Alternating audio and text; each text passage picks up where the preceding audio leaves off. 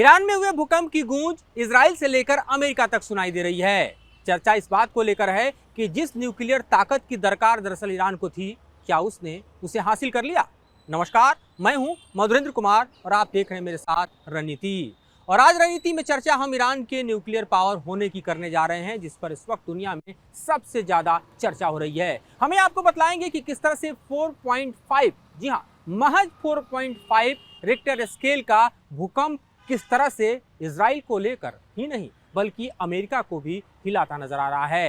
अर्दान city का एक केंद्र रहा जहां पर दरअसल ईरान में भूकंप के झटके आए, और ये वही शहर है जिसके आसपास आप समझिए ईरान का समूचा यानी सबसे बड़ा कह सकते हैं कि न्यूक्लियर प्रोग्राम चल रहा है।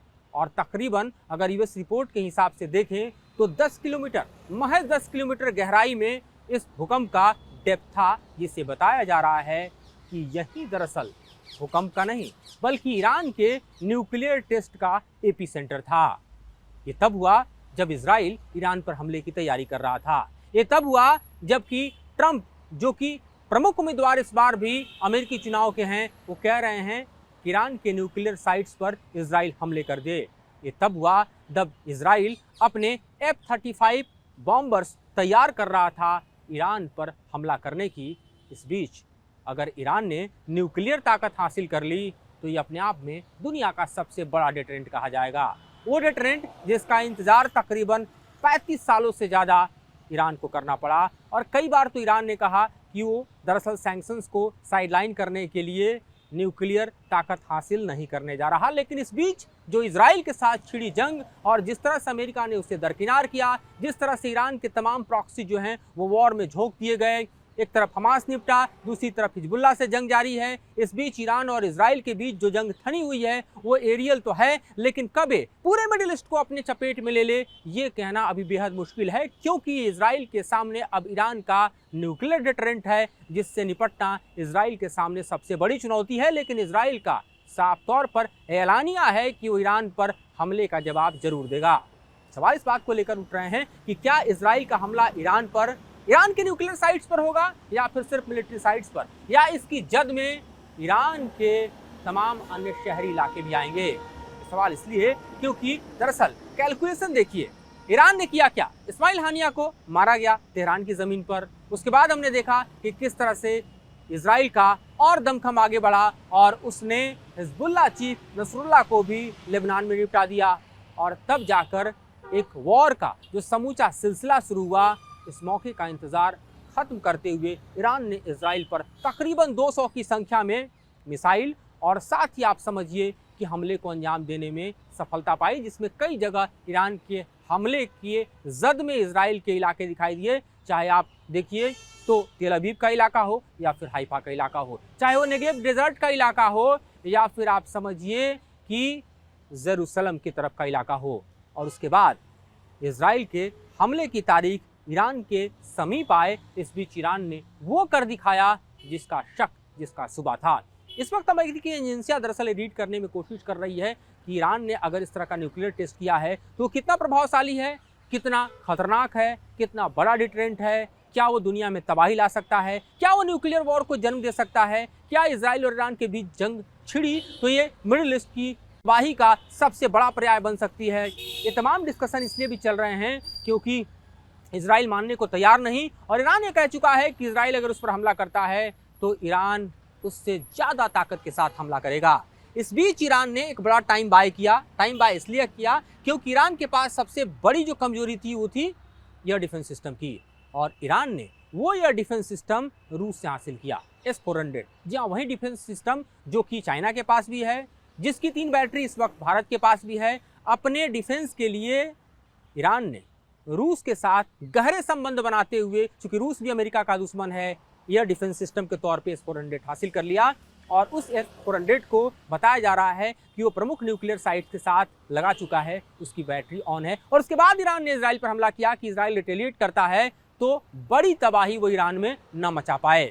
इस बीच खबर ये भी आ रही है कि ईरान के जो फाइटर पायलट्स हैं वो रसिया में बड़ी ट्रेनिंग हासिल कर रहे हैं। जी हाँ, उनकी जानकारी भी निकलकर सामने आ रही है कि वो बड़ी ट्रेनिंग हासिल कर रहे हैं, और ख़ास तौर पे Su-35 बॉम्बर्स जो हैं उसके साथ खुद को ट्रेन कर रहे हैं, क्योंकि ईरान के पास अगर मिसाइल पावर है तो इजराइल के पास जो है वो एयर डोमिनेंस है, एयर पावर है। इस एयर डोमिनेंस को खत्म करने के लिए ईरान भी दरअसल अपने आप को तैयार कर रहा है, और इसीलिए ये बताया जा रहा है कि Su-35 जो कि रूस का 5th जनरेशन फाइटर जेट है, उसके साथ ईरान भी अपने आप की ताकत जुटाने की कोशिश कर रहा है।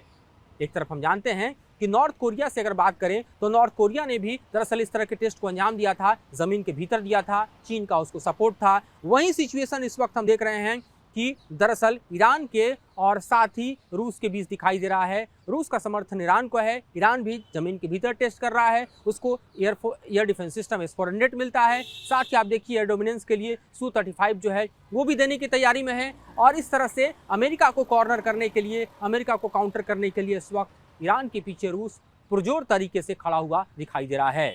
अब हालात थोड़े और बदलते दिख रहे हैं, क्योंकि जंग की जद में एक तरफ से इजराइल पूरी तरह से हिजबुल्लाह को ले चुका है, लेबनान वॉर शुरू हो चुका है, वहां पर हिजबुल्लाह एक बड़ी ताकत के साथ जो है वो लड़ता दिखाई दे रहा है। वो हिजबुल्लाह जिसको पेजर से पूरी तरह से हम देखें तो पहले इजराइल ने घायल किया, उसके बाद वहां पर फटे वॉकी टॉकी, उसके बाद नसरुल्लाह मारा गया, उसके बाद कई कमांडर और मारे गए, फिर ग्राउंड ऑपरेशन शुरू किया इजराइल ने। लेकिन ये ग्राउंड ऑपरेशन भी इतना आसान नहीं दिखाई दे रहा है। हम लगातार देख रहे हैं कि तीसरी बार इजराइल के सैनिक मारे गए हैं। इससे पहले तकरीबन 7-8 मारे गए, उसके बाद फिर 2 मारे गए, 3 मरकवा टैंक दूरे, फिर इजराइल ने बताया 2 और सैनिक उसके मारे गए। और इसके अलावा इजराइल की ज़मीन पर देखिए हाइफा की तरफ हिजबुल्लाह ने टारगेट किया और वहां पर वो टारगेट करने में कामयाब रहा। तो इस तरह से ये जंग इतनी आसान दिखाई नहीं दे रही इजराइल के सामने। इस बीच ईरान जो है वो अगर न्यूक्लियर पावर डिटरेंट होता है तो अपने आप में इजराइल के लिए नहीं, अमेरिका के लिए भी सबसे बड़ी चुनौती होगी। उस अमेरिका के लिए जो कि पिछले 3 दशक से ज़्यादा समय से ईरान पर इसलिए सैंक्शन लगाए रखा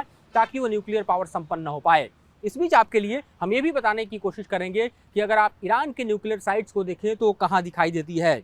नतांज का इलाका, जहां पर जो लगभग तेहरान से 300 किलोमीटर की दूरी पर है, यहाँ पर न्यूक्लियर पावर प्लांट है ईरान का, और यहाँ पर भी दरअसल एक बड़ा न्यूक्लियर प्रोग्राम ईरान चलाता रहा है। इसके अलावा फोर्डो का इलाका है, ये भी दरअसल आप देखिए माउंटेन एरिया में है। यहाँ पर बताया जाता है कि बेहद गहराई में बंकर बनाकर न्यूक्लियर पावर संपन्न ईरान बैठा हुआ है, ताकि अगर आसमानी हमला भी हो तो इस पर कोई असर ना हो। इसके अलावा इफ्शान का इलाका है, होंडाब का इलाका है, साथ ही तेहरान रिसर्च सेंटर जो है उसमें भी ये प्रोग्राम चलते रहे हैं। उसके अलावा बुशेर, कराज और साथ ही शहगाज और डारचिन, ये तमाम ऐसे इलाके हैं जहां पर दरअसल ईरान का न्यूक्लियर प्रोग्राम फुल फ्लेज तरीके से चलता रहा है। और यहाँ पर ये बताया जा रहा है कि इस वक्त ईरान ने अपने टेस्ट के ज़रिए अपने आप को अब न्यूक्लियर पावर संपन्न बना लिया है। आप देखिए तो बड़े लंबे समय से दरअसल खमनई की ये चाहत थी कि उनकी सरकार दरअसल वो इस ताकत को हासिल करे जिसके कारण वो अमेरिका से लड़ सके, इजराइल से लड़ सके।